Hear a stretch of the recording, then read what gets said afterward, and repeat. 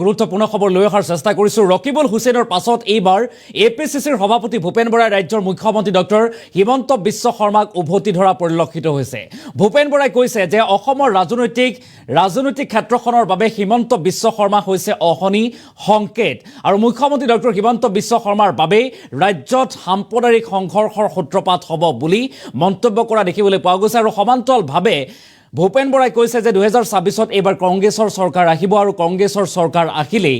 বহুখিনি সুবিধা কৰি দিব ৰাজ্যবাসীৰ বাবে কংগ্ৰেছে আৰু এনেদৰে মন্তব্য কৰিছে বা বিজেপিক সমালোচনা কৰিছে ভূপেন বৰাই আমি সবিস্তাৰে খবৰটো লৈ অহাৰ চেষ্টা কৰিম আৰু কেতবোৰ বিভিন্ন মন্তব্য কৰিছে ৰকিবুল হুছেইনৰ পাছত ভূপেন বৰাই উভতি ধৰিছে এইবাৰ মুখ্যমন্ত্ৰী ডক্টৰ হিমন্ত বিশ্ব শৰ্মাক চৰকাৰৰ ব্যৰ্থতা থাকিবলৈ সাম্প্ৰদায়িক ৰাজনীতি কৰা মুখ্যমন্ত্ৰীৰ স্বভাৱ বুলি উল্লেখ কৰিছে ভূপেন বৰাই আৰু মুখ্যমন্ত্ৰীৰ চকীখনৰ গৰিমা লাঘৱ কৰিছে মুখ্যমন্ত্ৰীয়ে অসমৰ ৰাজনীতিৰ বাবে অহনি সংকেত এতিয়া হিমন্ত বিশ্ব শৰ্মা এই মন্তব্য ভূপেন বৰাৰ আৰু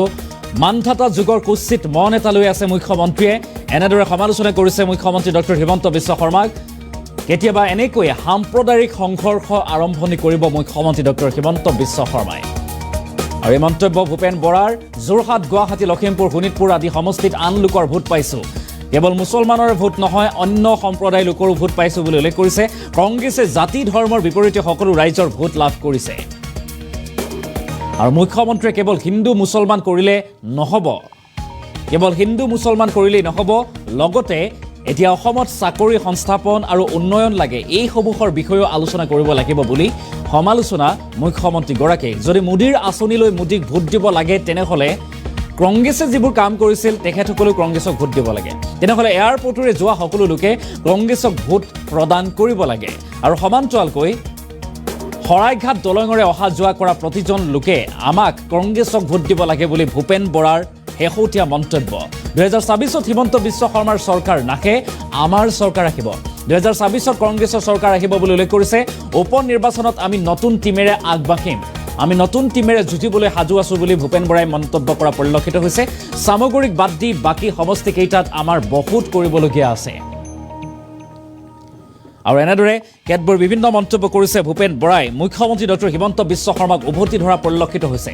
ৰকিবুল হুছেইনৰ পাছতে ভূপেন বৰাই উভতি ধৰিছে মুখ্যমন্ত্ৰীগৰাকীক চৰকাৰৰ ব্যৰ্থতা ঢাকিবলৈ সাম্প্ৰদায়িক ৰাজনীতি কৰা মুখ্যমন্ত্ৰীৰ স্বভাৱ বুলি কটাক্ষ মুখ্যমন্ত্ৰীগৰাকীক ভূপেন বৰাৰ আৰু মুখ্যমন্ত্ৰী ডক্টৰ হিমন্ত বিশ্ব শৰ্মাই মুখ্যমন্ত্ৰীৰ চকীখনৰ গৰিমা লাঘৱ কৰিছে বুলিও অভিযোগ ভূপেন বৰাৰ আৰু অসমৰ ৰাজনীতিৰ বাবে অহনি সংকেত হৈছে হিমন্ত বিশ্ব শৰ্মা আৰু সাম্প্ৰদায়িক সংঘৰ্ষ আৰম্ভণি কৰিব মুখ্যমন্ত্ৰীগৰাকীয়ে মানধাতা যুগৰ এটা কুৎসিত মন লৈ আছে মুখ্যমন্ত্ৰীগৰাকীয়ে এনেদৰে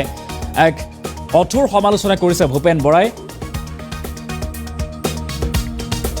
মুখ্যমন্ত্ৰী ডক্টৰ হিমন্ত বিশ্ব শৰ্মাক মন্তব্য আছে ভূপেন বৰাই কি কৈছিল সংবাদমেল যোগে আমি সেই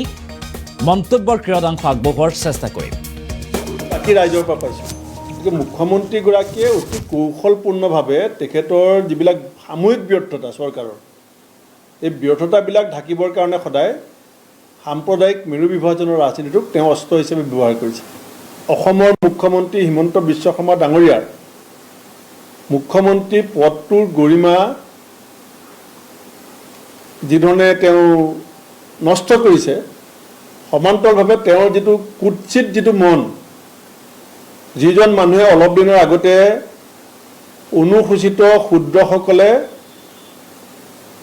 সাধাৰণ জাতিৰ লোকক কেৱল শুশ্ৰূষা কৰিবৰ কাৰণে জন্ম হৈছে বুলি ক'ব পাৰে যিজন মুখ্যমন্ত্ৰীয়ে SC চিডিউল কাষ্টৰ কাম কেৱল আপাৰ কাষ্টক শুশ্ৰূষা কৰা যি এনেকুৱা মানধাতা যুগৰ কুৎসিত মানসিকতা বহন কৰে তেওঁৰ পৰা আপুনি ইয়াতকৈ বেছি ভাল কথা আশা কৰিব নোৱাৰে হিমন্ত বিশ্ব শৰ্মা ডাঙৰীয়া অসমৰ ৰাজনীতিৰ কাৰণে এটা অশনি সংকেত যে এই ধৰণৰ কথা বতৰাই তেখেতে ৰাজনৈতিক ক্ষেত্ৰখনক কুলুষিত কৰাৰ লগতে আমাৰ জাতীয় জীৱনলৈ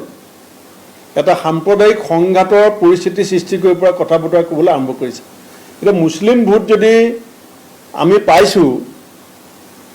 তাত আমি আপত্তি কৰিবলগীয়া একো নাই কিন্তু আপোনাক মই মাত্ৰ কেইটামান সমীক্ষা দিওঁ আমি যোৰহাটত ভোট পাইছোঁ 7,51,771 আমি যোৰহাটত ভোট পাইছোঁ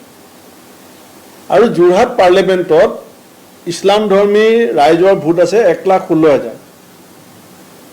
গতিকে আমি যদি 90% ভোট পাইছোঁ, তেতিয়াহ'লে আমি 6.5 লাখ ভোট আমি বাকী ৰাইজৰ পৰা পাইছোঁ। মই মুখ্যমন্ত্ৰী ডাঙৰীয়াৰ তেখেতে কোনে কি গাইড কৰি আছে মই নাজানো। তেখেতে ব্যৰ্থতা থাকিবৰ কাৰণে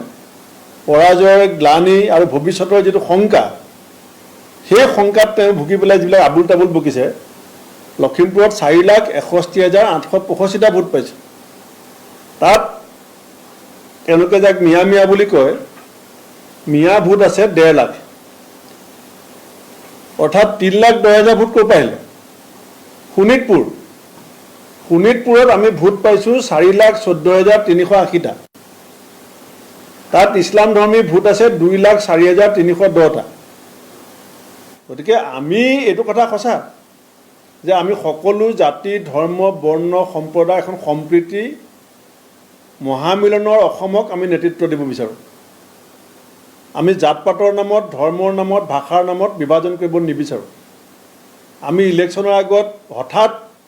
কাৰোবাৰ প্ৰেমত মত্ত হৈ পেলাই বিহু নাচি আকৌ এবাৰ মোদী চৰকাৰ বুলি আমি নগাঁৱত নাচিবলৈও যোৱা নাই, আৰু ভোট নাপাই পেলাই পিছদিনাখন আমি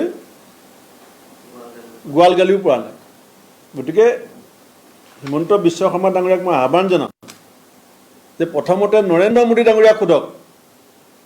যে কি কাৰণে ধৰ্মৰ নামত ৰিজাৰ্ভেশ্যন বিৰোধিতা কৰা বিজেপিয়ে চন্দ্ৰবাবু নাইডু ডাঙৰীয়াৰ প্ৰস্তাৱ মতে 4% মাইনৰিটি ৰিজাৰ্ভেশ্যনটো মানি ল'লে। তাৰমানে চৰকাৰ চলাবৰ কাৰণে আপোনালোকে মাইনৰিটি শৰণাপন্ন হোৱা নাই জানো?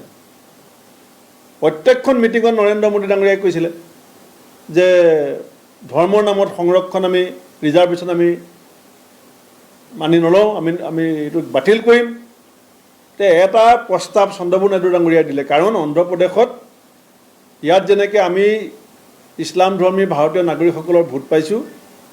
TDP দলেও এই যিটো বৃহৎ বিজয়, তাত ইছলাম ধৰ্মী ভাৰতীয় নাগৰিকৰ ভোটৰ পাৰ্চেণ্টেজ কিমান নিশ্চয় অসমৰ মুখ্যমন্ত্ৰীয়ে গম নোপোৱা নহয়। আৰু কি কাৰণে 4% মাইনৰিটি ৰিজাৰ্ভেশ্যনটো বিজেপি চৰকাৰৰ শপত গ্ৰহণৰ আগতেই মানি ল'বলগীয়া হ'ল? গতিকে এই কথাবিলাকৰ মাজেদি মুখ্যমন্ত্ৰীৰ উদ্দেশ্য দুটা। এটা হৈছে যে মূল বিষয়বস্তু তেখেতে কেলৈ ক'ব নোৱাৰে যে মই নিবনুৱা সমস্যা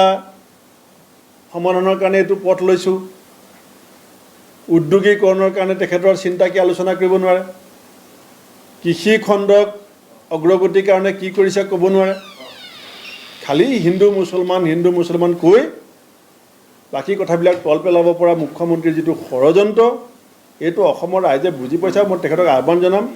যে আপোনাৰ এই ধৰণৰ কথা বতৰাৰ কাৰণে দিনক দিনে আপোনাৰ জনপ্ৰিয়তা হ্ৰাস পাইছে, আৰু আপোনাৰ দলক লাহে লাহে ৰাইজে বুজি পাই আহিছে, আৰু যিটো কাৰণে আপোনাৰ দলৰ ভিতৰৰ পৰাই এতিয়া আপোনাৰ বিৰুদ্ধে বিদ্ৰোহ আৰম্ভ হৈছে। ভোট মানুহৰ গণতান্ত্ৰিক অধিকাৰ, কোনে কাক ভোট দিব সেইটো মুখ্যমন্ত্ৰীয়ে ঠিক কৰিব নেকি? শিক্ষকসকলে ভোট দিয়া নাই বুলি কৈছে, কিয় দিব আপোনাক ভোট? আপুনি শিক্ষকক যিধৰণে অপমান কৰে, শিক্ষকক অপমান কৰোঁতে আপোনাৰ এজন সাংসদে কাষত বহি যিধৰণে দাঁত নিকটাই হাঁহি থাকে, কিয় শিক্ষকে ভোট দিব? অসমৰ মুখ্যমন্ত্ৰীয়ে শিক্ষকসকলক কমটি অপমান কৰিছে নেকি? গতিকে কিয় ভোট দিব? আজি আশাকৰ্মী, অংগনাবাদী, টেটৰ টিচাৰ, কম্পিউটাৰ টিচাৰ, এওঁলোকে আপোনাক কিয় ভোট দিব?